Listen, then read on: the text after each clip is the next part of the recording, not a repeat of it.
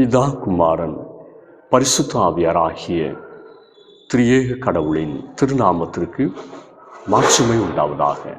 நாம் கடவுளை தொழுவோம்.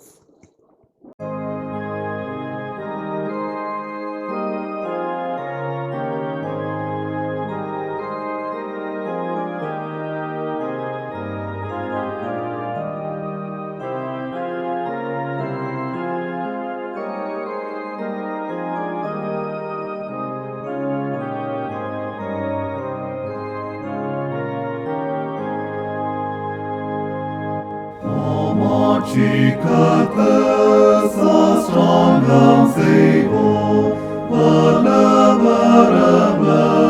pari potebo, nam kedagang kabelan abiano, magi bayan bitutu biganido.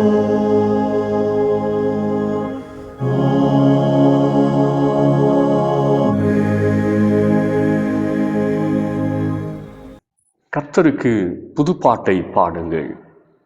பரிசுத்தவான்களின் சபையிலே அவருடைய துதி விளங்குவதாக. கர்த்தர் பெரியவரும் மிகவும் புகழப்படத்தக்கவருமாயிருக்கிறார். அவருடைய மகத்துவம் ஆராய்ந்து முடியாது. சுவாசமுள்ள யாவும் கர்த்தரை துதிப்பதாக. ஜெபம் செய்வோம். அனைத்துலகையும் ஆள்கை செய்யும் அன்பின் கடவுளே, முழு திருச்சபையையும் கிறிஸ்துவின் ஒரே திருவுடலாக இருக்கும்படி அழைத்தவரே, உம்மை போற்றுகிறோம். திருமுறை கூறும் ஒரே உடல் ஒரே திருமுழுக்கு என்ற சத்தியத்தில் எங்களை உறுதிப்படுத்தி கொண்டு விசுவாசத்தில் பெருக இந்த தொழுகையின் வழியாக எங்களுக்கு உதவி செய்யும். கிறிஸ்துவில் திருமுழுக்கு பெற்ற நாங்கள் அனைவரும் சமத்துவத்தோடும் சகோதரத்துவத்தோடும் எங்கள் வாழ்வை சாட்சியாக கட்டி எழுப்ப அருள் தாரும். இந்த தொழுகையில் இணைந்திருக்கிற பங்கெடுக்கிற சிறியோரையும் பெரியோரையும் ஆசீர்வதியும். ஆண்டவர் இயேசுவின் திருநாமத்தில் வேண்டிக் கொள்ளுகிறோம் எங்கள் நல்ல பிதாவே, ஆமென். ஆண்டவருடைய பரிசுத்த நாமத்தை நாம் மகிமைப்படுத்தும் வண்ணமாக கீர்த்தனை பாடலிலே 131வது பாடலை பாடுவோம். இயேசுவின் நாமமே திருநாமம். கீர்த்தனை பாடல் 131.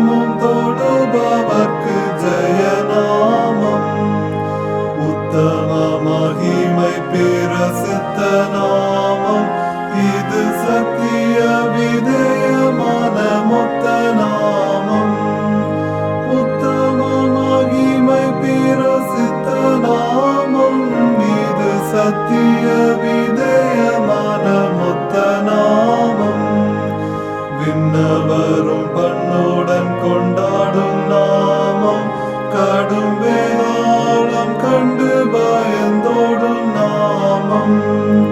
விண்ணவரும் பண்ணுடன் கொண்டாடும்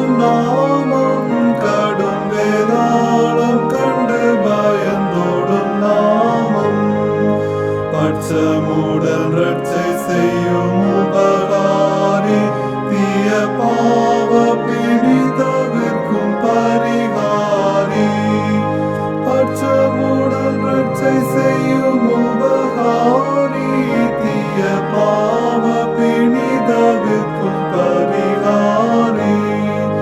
இயேசுவின் நாமமே திருநாமம், முழு இருதயத்தால் தொழுவோம் நாமும். இயேசுவின் நாமமே திருநாமம், முழு இருதயத்தால் தொழுவோம் நாமும். இயேசுவின் நாமமே திருநாமம், முழு இருதயத்தால் தொழுவோம் நாமும். இந்த நாளுக்குரிய திருமுறை பாடத்தை நாம் படிக்க கேட்போம். அப்போஸ்தலனாகிய பவுல் எபேசியருக்கு எழுதின நிருபம் 4வது அதிகாரம் 1 முதல் 6 வசனங்கள். எபேசியர் 4வது அதிகாரம் வசனங்கள் 1 முதல். ஆதலால் கர்த்தர் நிமித்தம் கட்டுண்டவனாகிய நான் உங்களுக்கு சொல்லுகிற புத்தி என்னவெனில், நீங்கள் அழைக்கப்பட்ட அழைப்புக்கு பாத்திரவான்களாய் நடந்து மிகுந்த மனத்தாழ்மையும் சாந்தமும் நீடிய பொறுமையும் உடையவர்களாய் அன்பினால் ஒருவரை ஒருவர் தாங்கி சமாதான கட்டினால் ஆவியின் ஒருமையை காத்து கொள்வதற்கு ஜாக்கிரதையாயிருங்கள். உங்களுக்கு உண்டான அழைப்பினாலே நீங்கள் ஒரே நம்பிக்கைக்கு அழைக்கப்பட்டது போல ஒரே சரீரமும் ஒரே ஆவியும் உண்டு. ஒரே கர்த்தரும் ஒரே விசுவாசமும் ஒரே ஞானஸ்நானமும் எல்லாருக்கும் ஒரே தேவனும் பிதாவும் உண்டு. அவர் எல்லார் மேலும் எல்லாரோடும் உங்கள் எல்லாருக்குள்ளும் இருக்கிறவர். இந்த நாளுக்குரிய திருமுறை பகுதி வாசித்தாயிற்று.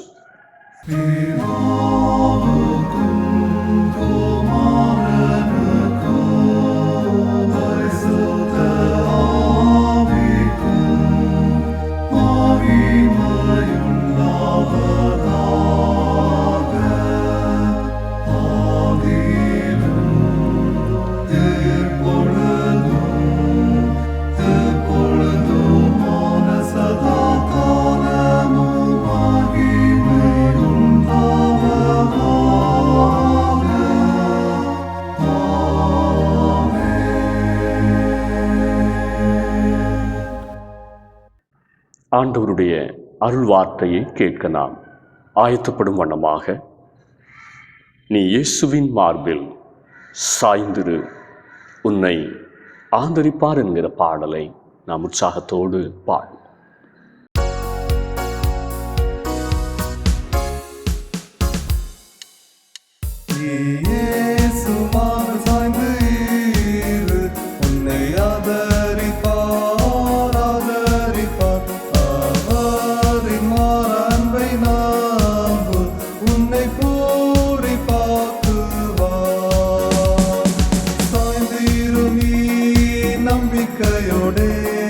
சாய்ந்திரு நீ பாக்கியம் பெறுவாய்.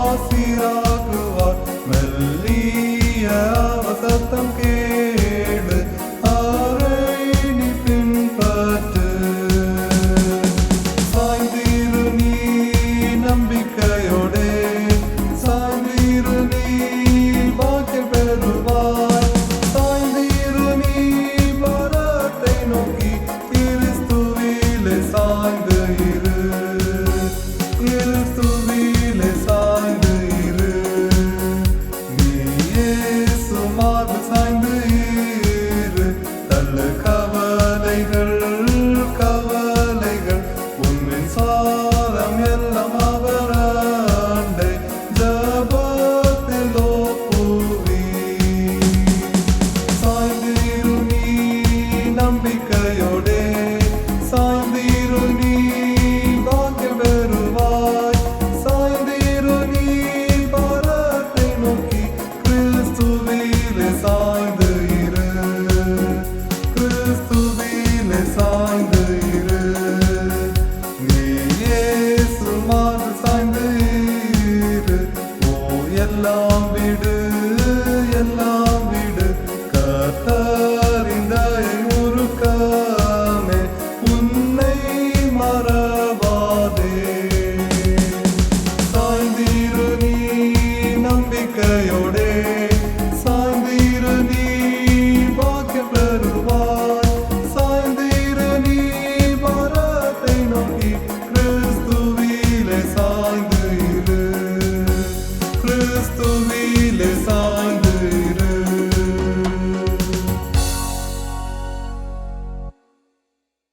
ஆசீர்வாதமான இந்த நாளுக்காக ஆண்டவரை ஸ்தோத்திரிப்போம்.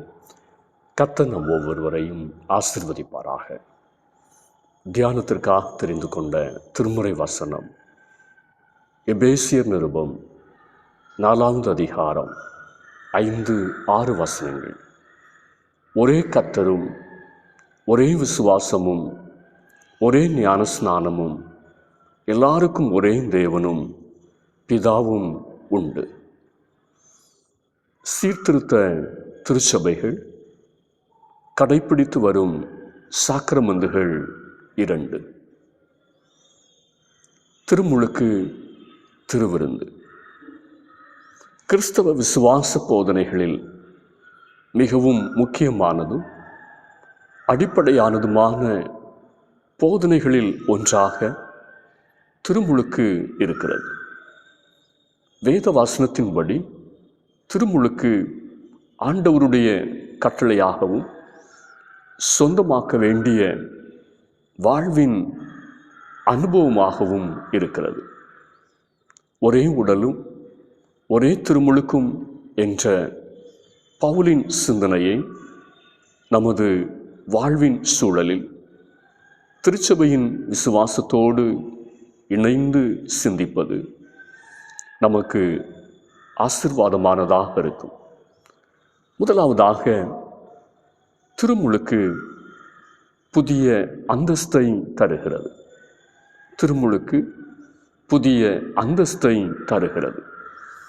எபேசியர் 4வது அதிகாரத்தினுடைய 4வது வசனம், ஒரே சரீரமும் ஒரே ஆவியும் உண்டு. கிறிஸ்துவின் திருவுடலாம் திருச்சபையோடு இணைக்கப்படும் அனுபவமே திருமுழுக்கு.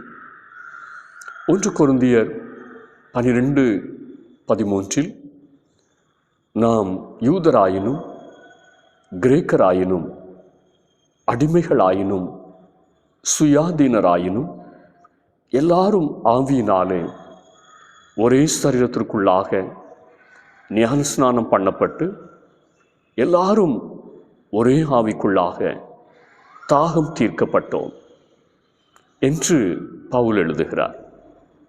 இனி நாம் கிறிஸ்துவின் சரீரம், கிறிஸ்துவிற்கு சொந்தமானவர்கள். இது திருமுழுக்கின் வழியாக நாம் பெறுகின்ற தெய்வீக அந்தஸ்தாகும். 1 கொரிந்தியர் 12வது அதிகாரம் 14 முதல் 27 வரை உள்ள வசனங்கள் சொல்லுகிறபடி, ஒரு மனிதனின் உடலில் அநேக உறுப்புகள் உள்ளது. உடல் ஒன்றுதான், அதில் இருக்கும் உறுப்புகள் பல. அதுபோல கிறிஸ்துவின் ஒரே திருவுடலாம் திருச்சபையில் நாம் ஒவ்வொருவரும் ஒவ்வொரு உறுப்புகளாக இருக்கிறோம். உடலின் ஒவ்வொரு உறுப்பும் தனித்தன்மையும் தனி சிறப்பும் வாய்ந்தவை. ஒரே உடலில் இருந்தாலும் வெவ்வேறு திறமைகளையும் செயல்பாடுகளையும் நுணுக்கங்களையும் கொண்டவை. அதுபோல திருச்சபையாகிய கிறிஸ்துவின் உடலில் ஒவ்வொரு விசுவாசியும் தனிச்சிறப்பையும் தனித்தன்மையும் கொண்டவர்களாக இருக்கிறார்கள். சரீரத்திற்கு வெளியே செயல்படுகிற உறுப்புகள் உண்டு, சரீரத்திற்கு உள்ளே மறைவாக செயல்படுகிற உறுப்புகள் உண்டு. ஆனால் சரீரத்தின் முழுமையான இயக்கத்திற்கு, உயிராற்றலுக்கு இவை அனைத்தும் அவசியமானவை, முக்கியமானவை. அதுபோலவே நீங்கள் ஒவ்வொருவரும் கிறிஸ்துவின் சரீரமாகிய சபையில் முக்கியமானவர்கள்.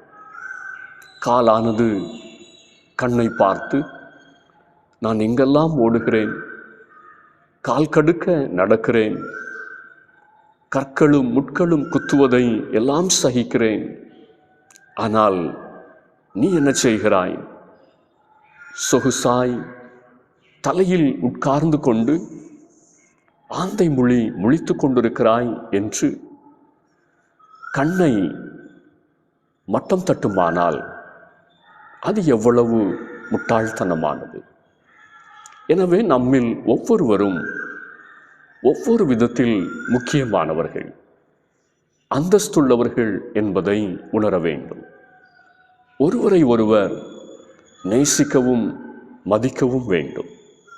1 கொரிந்தியர் 12:27 சொல்லுகிறது, நீங்களே கிறிஸ்துவின் சரீரமாயும் தனித்தனியே அவயவங்களாயும் இருக்கிறீர்கள். நம்முடைய பழைய வாழ்க்கை எப்படிப்பட்டதாக இருந்தது? தீத்து 3:3 பவுல் எழுதுகிறார், ஏனெனில் முற்காலத்திலே நாம் புத்தியினரும் கீழ்ப்படியாதவர்களும் வழி தப்பி நடக்கிறவர்களும் பாவ இச்சைகளுக்கும் இன்பங்களுக்கும் அடிமைப்பட்டவர்களும் துர்க்குணத்தோடும் பொறாமையோடும் ஜீவனம் பண்ணுகிறவர்களும் ஒருவரை ஒருவர் பகைக்கிறவர்களுமாய் இருந்தோம்.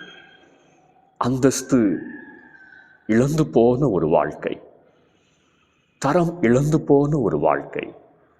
கிறிஸ்துவுக்குள் நாம் பெற்ற ஞானஸ்நான வாழ்வு நம்மை புதுப்பித்தது, ரட்சித்தது, நீதிமான்களாக மாற்றியது. தீத்து 3:5-6 வசனங்கள். நாம் செய்த நீதியின் கிரியைகளின் நிமித்தம் அவர் நம்மை ரட்சியாமல் தமது இரக்கத்தின்படியே மறுஜன்ம முழுக்கினாலும் பரிசுத்த ஆவியினுடைய புதிதாக்குதலினாலும் நம்மை ரட்சித்தார். தமது கிருபையினாலே நாம் நீதிமான்களாக்கப்பட்டோம் என்று பவுல் எழுதுகிறார். எல்லாவற்றிற்கும் மேலாக திருமுழுக்கின் வழியாக ஆண்டவருடைய பிள்ளைகள் என்கிற அந்தஸ்தை பெறுகிறோம். இரண்டாவதாக, திருமுழுக்கு புதிய ஆற்றலை தருகிறது. எபேசியர் 4:6 வசனம். எல்லாருக்கும் ஒரே தேவனும் பிதாவும் உண்டு, அவர் எல்லார் மேலும் எல்லாரோடும் உங்கள் எல்லாருக்குள்ளும் இருக்கிறவர். திருமுழுக்கின் வழியாக கிறிஸ்து நமக்குள் வந்து வாசம் பண்ணுகிறார். அவர் புதிய ஆற்றலை, பலனை நமக்கு தருகிறார்.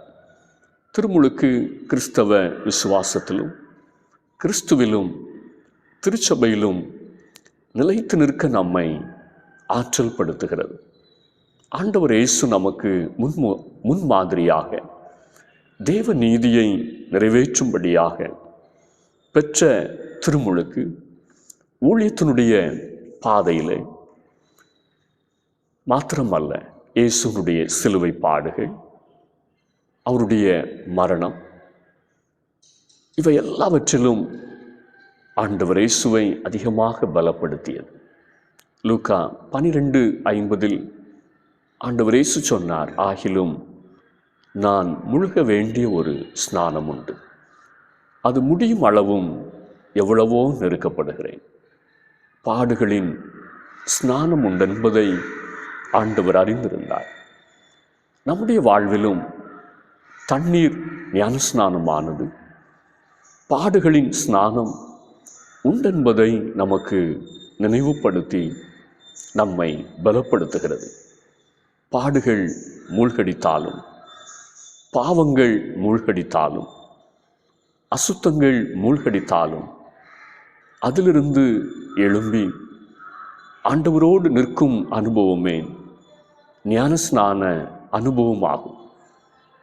பாவச்சாக்கடைக்குள் விழுந்து கிடந்த அநேகர் ஆண்டவரோடு இன்று புதிய மனுஷனாய் எழுந்து நிற்கிறார்கள். சங்கீதம் 42:7 சங்கீதக்காரன் சொல்லுகிறார், உமது மதகுகளின் இரைச்சலால் ஆழத்தை ஆழம் கூப்பிடுகிறது, உமது அலைகளும் திரைகளும் எல்லாம் என் மேல் புரண்டு போகிறது. தலைக்கு மேலே பிரச்சனைகள், அத்தனை துன்பங்கள் நடுவிலும் துவண்டு விடாமல் ஆண்டவரோடு நிற்க திருமுழுக்கு நம்மை பலப்படுத்துகிறது. திருமுழுக்கின் வழியாக புதிய ஆற்றலை பெறுகிறோம். திருமுழுக்கு புதிய பலனை நமக்கு தருகிறது. கடைசியாக, திருமுழுக்கு புதிய அதிகாரத்தை தருகிறது. எபேசியர் 4வது அதிகாரம் 2வது வசனம், மிகுந்த மனத்தாழ்மையும் சாந்தமும் நீடிய பொறுமையும் உடையவர்களாய் அன்பினால் ஒருவரை ஒருவர் தாங்கி சமாதான கட்டினால் ஆவியின் ஒருமையை காத்துக்கொள்வதற்கு ஜாக்கிரதையாயிருங்கள். திருமுழுக்கு பிறர் மேல் அன்பு செலுத்தும் புதிய அதிகாரத்தை நமக்கு தருகிறது. கலாத்தியர் 3:27-28 சொல்லுகிறது, ஏனெனில் உங்களில் கிறிஸ்துவுக்குள்ளாக ஞான ஸ்நானம் பெற்றவர்கள் எத்தனை பேரோ அத்தனை பேரும் கிறிஸ்துவை தரித்து கொண்டீர்களே. யூதனென்றும் கிரேக்கனென்றும் இல்லை, அடிமை என்றும் சுயாதீனனென்றும் இல்லை, ஆணென்றும் பெண்ணென்றும் இல்லை, நீங்கள் எல்லாரும் கிறிஸ்து இயேசுவுக்குள் ஒன்றாயிருக்கிறீர்கள். ஒன்றாக்க வேண்டிய ஞான ஸ்நானம் இன்று திருச்சபைகள் தோறும் பிரிவினைக்குள்ளதாக மாறி வருகிறது. அன்பு செலுத்த வேண்டியவர்கள் எதிரிகளைப் போல நிற்கிறதை கிறிஸ்தவ உலகத்தில் நாம் பார்க்க முடிகிறது. மத்தேயு 28:20 ஆண்டவர் இயேசு திரித்துவ நாமத்தில் ஞான ஸ்நானம் கொடுக்க அப்போஸ்தலர்களை கேட்டுக்கொண்டார். திரித்துவம் என்பதே கடவுள் உறவுமயமானவர், அன்புமயமானவர் என்பதை காண்பிக்கிறது. திருமுழுக்கு அன்பு செய்ய, பணிவிடை செய்ய நம்மை அதிகாரப்படுத்துகிறது. இன்று உலகத்தார் அதிகாரத்தை தீமை செய்ய, பழிவாங்க, சுய லாபத்திற்காக பயன்படுத்துகிறார்கள். திருமுழுக்கு பிறருக்கு பணிவிடை செய்ய நம்மை அதிகாரப்படுத்துகிறது. திருமுழுக்கின் வழியாக புதிய அந்தஸ்தை பெறுகிறோம், புதிய ஆற்றலை பெறுகிறோம், புதிய அதிகாரத்தை பெறுகிறோம் என்பதை உணர்ந்து அழைப்பிற்கு பாத்திரவான்களாய் வாழ்வோம். ஆண்டவர் இந்த வார்த்தைகளால் நம் ஒவ்வொருவரையும் ஆசீர்வதிப்பாராக. ஆமென். ஆராதனைக்கு நிறைவு பாடலாக கீர்த்தனையிலே 294வது பாடலை பாடுவோம். அற்ப வாழ்வை வாஞ்சியாமல், இன்பம் செல்வம் பின்பற்றாமல். கீர்த்தனை பாடல் 294.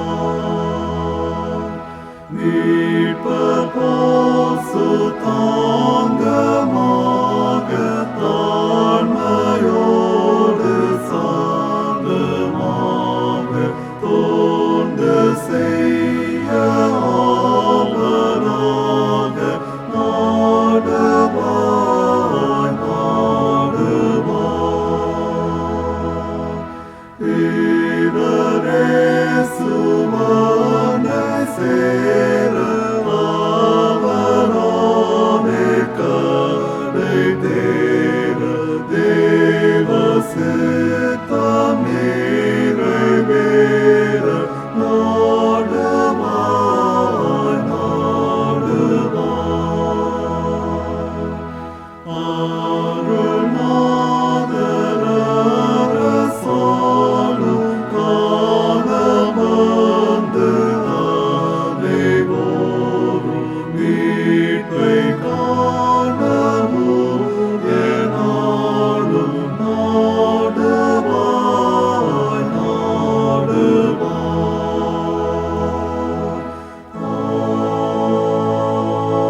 ஆமென். ஜெபம் செய்வோம். மகா பரிசுத்தம் நிறைந்த எங்கள் அன்பின் பரலோக பிதாவே, திருமுழுக்கின் வழியாக நீர் எங்களுக்கு தந்த புதிய அந்தஸ்து, புதிய ஆற்றல், புதிய அதிகாரத்தை உணர்ந்து பெற்ற அழைப்பிற்கு ஏற்ற வாழ்க்கை வாழ எங்களுக்கு கிருபை பாராட்டுவீராக. இந்த தொழுகையிலே பங்கெடுத்த ஒவ்வொருவரையும் கர்த்தர் ஆசீர்வதித்து அனுப்பும். கிறிஸ்துவுக்குள்ளாக புதிய சாயலாய், புதிய சிருஷ்டியாய் வாழ்ந்திருக்கத்தக்கதாக எங்களை கர்த்தர் ஒவ்வொரு நாள் தம்முடைய திரு ரத்தத்தினாலே கழுவி சுத்திகரிக்க நாங்கள் ஜெபிக்கிறோம்.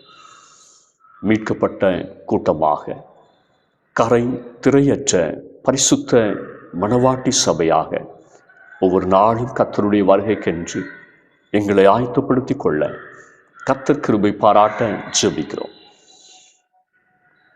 பலவிதமான மனப்போராட்டங்கள், மனக்காயங்களின் நடுவில் கண்ணீரோடு இருக்கிற ஒவ்வொரு குடும்பத்தின் பிள்ளைகளையும் கர்த்தர் கண்ணோக்கி பார்ப்பீராக. நீரே காயங்களை கட்டி புதிய கிருபைகளை தந்து பலப்படுத்த நாங்கள் ஜெபிக்கிறோம். மனசோர்வுகளை கர்த்தர் மாற்றி உற்சாகமுள்ள ஒரு ஆவியை, உணர்வுள்ள ஒரு இருதயத்தை தந்து கர்த்தர் ஆசீர்வதிக்க உம்மை நோக்கி நாங்கள் ஜெபிக்கிறோம். இந்த புதிய வருஷத்திலும் ஆண்டவருக்குள்ளாக முன்னோக்கி செல்லக்கூடிய கிருபைகளை ஒவ்வொருவருக்கும் தந்தருளும். வியாதியில் இருக்கிறவர்கள், பலவீன படுக்கையில் இருக்கிறவர்கள் ஒவ்வொருடைய வாழ்க்கையிலும் கர்த்தர் பரிபூர்ணமான சுகத்தை அனுப்புவீராக. நீரே அவர்களை பலப்படுத்தி சாட்சியாக நிறுத்த நாங்கள் ஜெபிக்கிறோம். குடும்பங்களிலே தெய்வீக சமாதானமும் சந்தோஷமும் நிரம்பி வழியத்தக்கதாய் கர்த்தர் கிருபை பாராட்ட நாங்கள் ஜெபிக்கிறோம். எந்த குடும்பங்களிலே பிரச்சனைகளோடும் கண்ணீரோடும் இருக்கிறார்களோ கர்த்தர் அந்த குடும்பத்தில் இருக்கிற பிரச்சனைகளை மாற்றி, பாரங்களை அகற்றி உம்முடைய சந்தோஷத்தை மறுபடியுமாய் தந்து ஆசீர்வதிக்க உம்மை நோக்கி நாங்கள் ஜெபிக்கிறோம். பல விதமான பாவ கயிறுகளினால் கட்டப்பட்டிருக்கிறவர்கள் உண்டு. அடிமைத்தனத்திற்குட்பட்ட பாவ பழக்க வழக்கங்களிலிருந்து ஒவ்வொருடைய வாழ்க்கையிலும் ஒரு விடுதலை கர்த்தர் அருளிச்சே நாங்கள் ஜெபிக்கிறோம். கிறிஸ்துவுக்குள்ளாக தம்முடைய பிள்ளைகள் புதிய ஜீவனை பெற்றவர்களாய் கர்த்தருக்கென்று நடக்க, கர்த்தரோடு நடக்க கர்த்தர் கிருபை பாராட்ட நாங்கள் ஜெபிக்கிறோம். இந்த புதிய வருஷத்திலும் எடுத்த தீர்மானங்களை காத்துக்கொள்ள ஒவ்வொருவருக்கும் கர்த்தர் கிருபை பாராட்ட உம்மை நோக்கி ஜெபிக்கிறோம். ஜெப ஆவியினாலே, விசுவாச வரங்களினாலே ஒவ்வொருவரையும் கர்த்தர் ஆசீர்வதிக்கும்படிக்கு உம்மை நோக்கி நாங்கள் ஜெபிக்கிறோம். பின்மாற்றத்தில் இருக்கிறவர்கள், ஆண்டவரை விட்டு தூரம் போனவர்கள் மறுபடியுமாய் கிறிஸ்துவனுடைய அன்பிற்கு நேராக திரும்பி வரத்தக்கதாய் கர்த்தர் கிருபை பாராட்டுவீராக. கீழ்ப்படியாக இருக்கிற பிள்ளைகள், பெற்றோரை எதிர்த்து பேசுகிற பிள்ளைகள், குடும்பத்திற்கு அடங்காதபடிக்கு நடக்கிற ஒவ்வொருவரையும் கர்த்தர் சந்திக்க உம்மை நோக்கி நாங்கள் ஜெபிக்கிறோம். ஒரு மனமாற்றத்தை தந்து கர்த்தர் ஆசீர்வதிக்கும்படிக்கு ஜெபிக்கிறோம். தூரமான இடங்களிலும் வெளிநாடுகளிலும் வேலை செய்து கொண்டிருக்கிற படிக்கிற தம்முடைய பிள்ளைகளோடு ஆண்டவருடைய கிருபை தங்கி இருக்கட்டும். இந்த கல்வி ஆண்டிலும் கர்த்தர் மேன்மையான ஆசீர்வாதங்களை தந்து ஆசீர்வதிக்க உம்மை நோக்கி ஜெபிக்கிறோம். கையின் பிரயாசங்கள், உழைப்பு எல்லாவற்றையும் கர்த்தர் இந்த நாட்களிலும் ஆசீர்வதித்து தர உம்மை நோக்கி நாங்கள் ஜெபிக்கிறோம். நல்ல வேலை வாய்ப்புகளுக்காய் காத்திருக்கிற பிள்ளைகள் உண்டு. கல்வியினுடைய உயர்வுகளுக்காய் காத்திருக்கிற பிள்ளைகள் உண்டு. தம்முடைய பிள்ளைகளை நினைந்தருளி கர்த்தர் ஆசீர்வதிக்க ஜெபிக்கிறோம். திருமண காரியங்கள் கைக்குடி வரத்தக்கதாய் தேவன் குடும்பங்களை நினைத்தருள நாங்கள் ஜெபிக்கிறோம். இந்த வருஷத்திலும் அநேக திருமண காரியங்கள் கைக்குடி வரத்தக்கதாய் கர்த்தருடைய நாமம் மகிமைப்பட, குடும்பங்கள் ஆண்டவருக்குள்ளாய் கட்டி எழுப்பப்பட கர்த்தர் உதவி செய்வீராக. குழந்தை பாக்கியத்திற்காய் எதிர்பார்க்கிறவர்களை கர்த்தர் நினைந்தருளும். எதிர்பார்ப்பிற்கு மேலான ஆசீர்வாதத்தை கர்த்தர் அருளி செய்ய வேண்டும் என்று சொல்லி நோக்கி நாங்கள் ஜெபிக்கின்றோம். தேசத்தை கர்த்தர் ஆசீர்வதியும். தேசத்தினுடைய தலைவர்கள், ஆட்சியாளர்கள், அதிகாரிகளோடு உம்முடைய கிருபை தங்கியிருக்கட்டும். நேர்மையாய் உத்தமமாய் தங்களுடைய பணிவிடை நிறைவேற்றும் உதவி செய்யும். உலக நாடுகள் முழுவதிலும் அமைதலை கர்த்தர் அருளி செய்ய நாங்கள் ஜெபிக்கிறோம். இயற்கையினுடைய பேரழிவுகள் எல்லாவற்றுக்கும் விலக்கி ஒவ்வொரு தேசங்களிலும் கர்த்தர் தம்முடைய இரக்கத்தை விளங்க பண்ண நாங்கள் ஜெபிக்கின்றோம். உம்முடைய கரம் தொடர்ந்தும் ஊழியத்தினுடைய பாதைகளை ஆசீர்வதிக்க ஜெபிக்கிறோம். தேசத்திலும் உலகம் முழுவதிலும் கர்த்தருடைய வார்த்தைகள் எங்கெல்லாம் கிறிஸ்துவின் நாம மகிமைக்கு எதுவாக அறிவிக்கப்படுகிறதோ அங்கெல்லாம் ஒரு பெரிய எழுப்புதலை கர்த்தர் தாங்க நடத்த நாங்கள் ஜெபிக்கிறோம். தவறான உபதேசங்கள், கள்ள போதனைகள் எல்லாவற்றுக்கும் கர்த்தர் விலக்கி தெய்வ ஜனங்களை பாதுகாத்துக் கொள்ள நாங்கள் ஜெபிக்கிறோம். தெய்வ சமூகத்திலே சிறியோர் பெரியோர் ஒவ்வொருவரையும் கர்த்தர் பலப்படுத்தி ஆசீர்வதி. இயேசுனுடைய பேரில் கேட்கிறோம் நல்ல பிதாவே, ஆமென்.